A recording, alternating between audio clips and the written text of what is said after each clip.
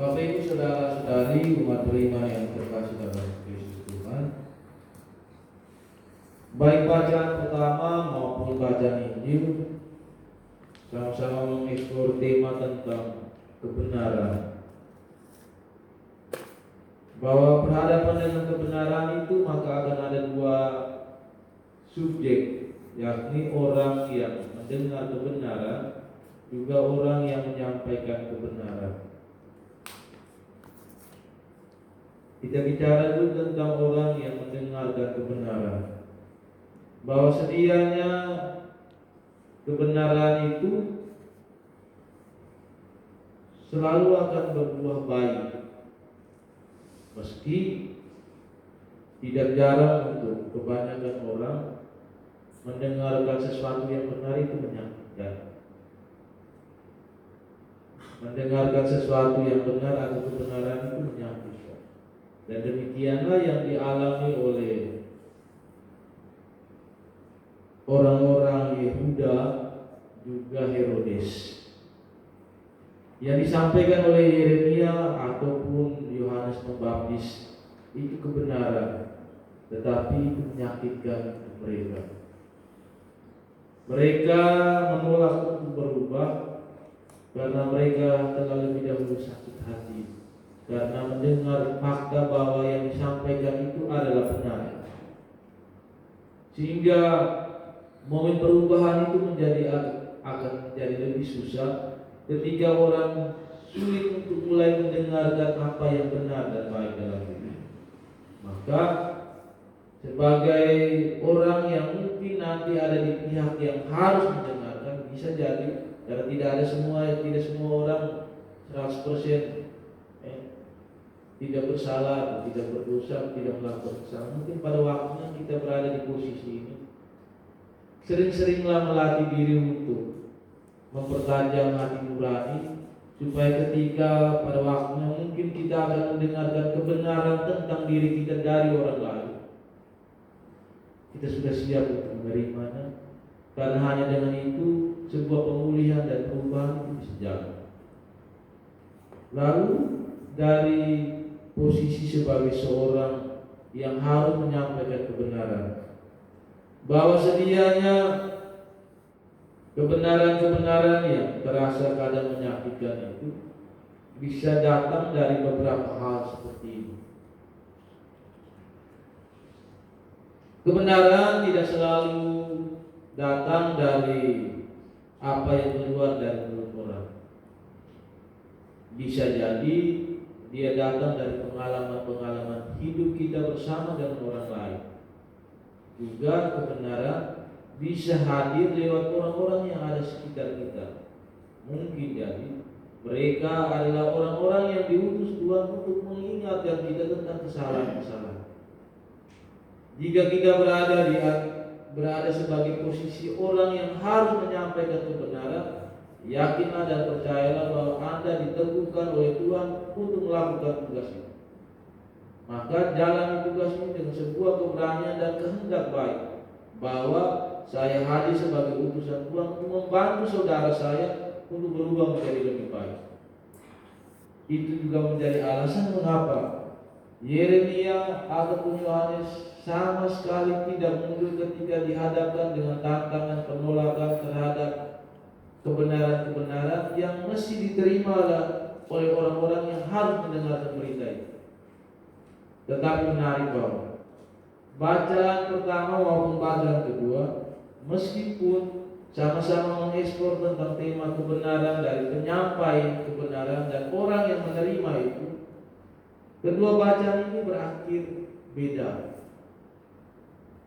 Bacaan pertama itu mau menggambarkan betapa kebenaran itu, bahwa kebenaran itu selalu akan berbuah baik. Kebenaran pasti akan berbuah baik. Kebenaran itu mempengaruhi orang untuk berubah jadi baik.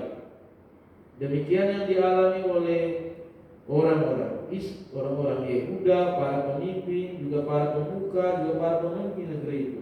Awalnya mereka menolak kebenaran itu yang datang dari Yeremia, tapi pada akhirnya justru mereka lah yang menyelamatkan Yeremia untuk tidak sampai dihukuman. Kebenaran itu berdaya merubah orang jadi baik. Tapi juga di Injil Yohanes tidak seperti itu. Ternyata oleh karena kebenaran Yohanes hanya dipenggal.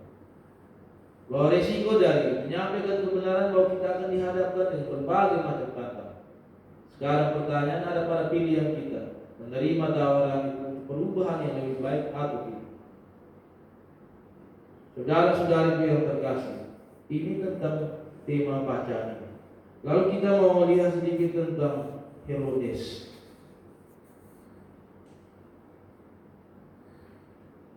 Herodes ini kenapa sampai tiba-tiba dia mengiyakan permintaan Herodias? Yang pertama, di awal-awal bacaan itu sudah dijelaskan bagaimana Yohanes itu menegur Herodias. Dia menegur Herodes karena mengambil Herodias. Bahwa pilihan untuk kemudian memenggal kepala Yohanes bukan serta-merta menjadi sebuah spontanitas ketika anak dari Herodias minta kepala Yohanes dipenggal. Bukan.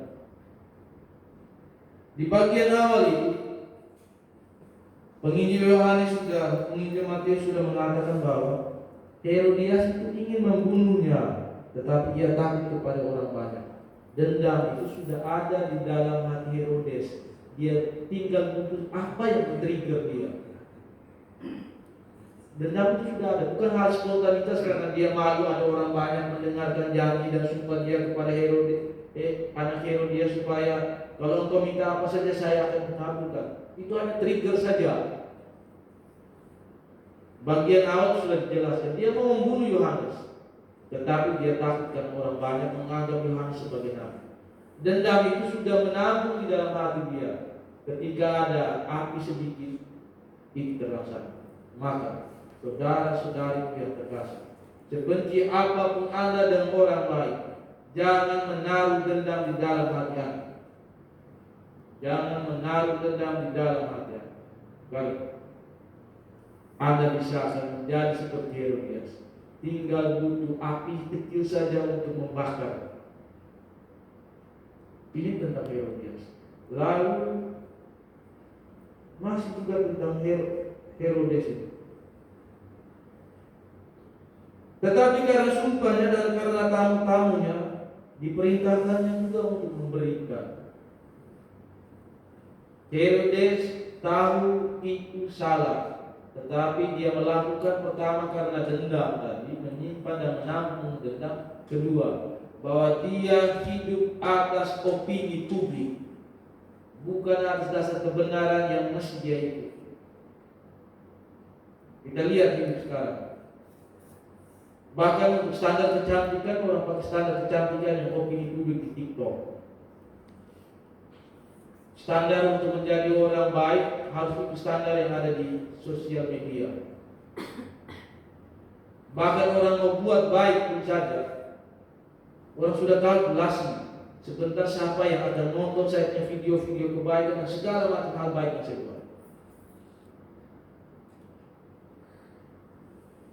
Orang melakukan apa yang baik pada akhirnya baik juga untuk orang yang menerima kebaikan, tetapi menjadi sebuah hal yang menjadi tidak tulus karena standar yang dipakai bukan semata-mata standar kebenaran yang mesti diikuti, tetapi atas opini publik yang berseliweran di media sosial.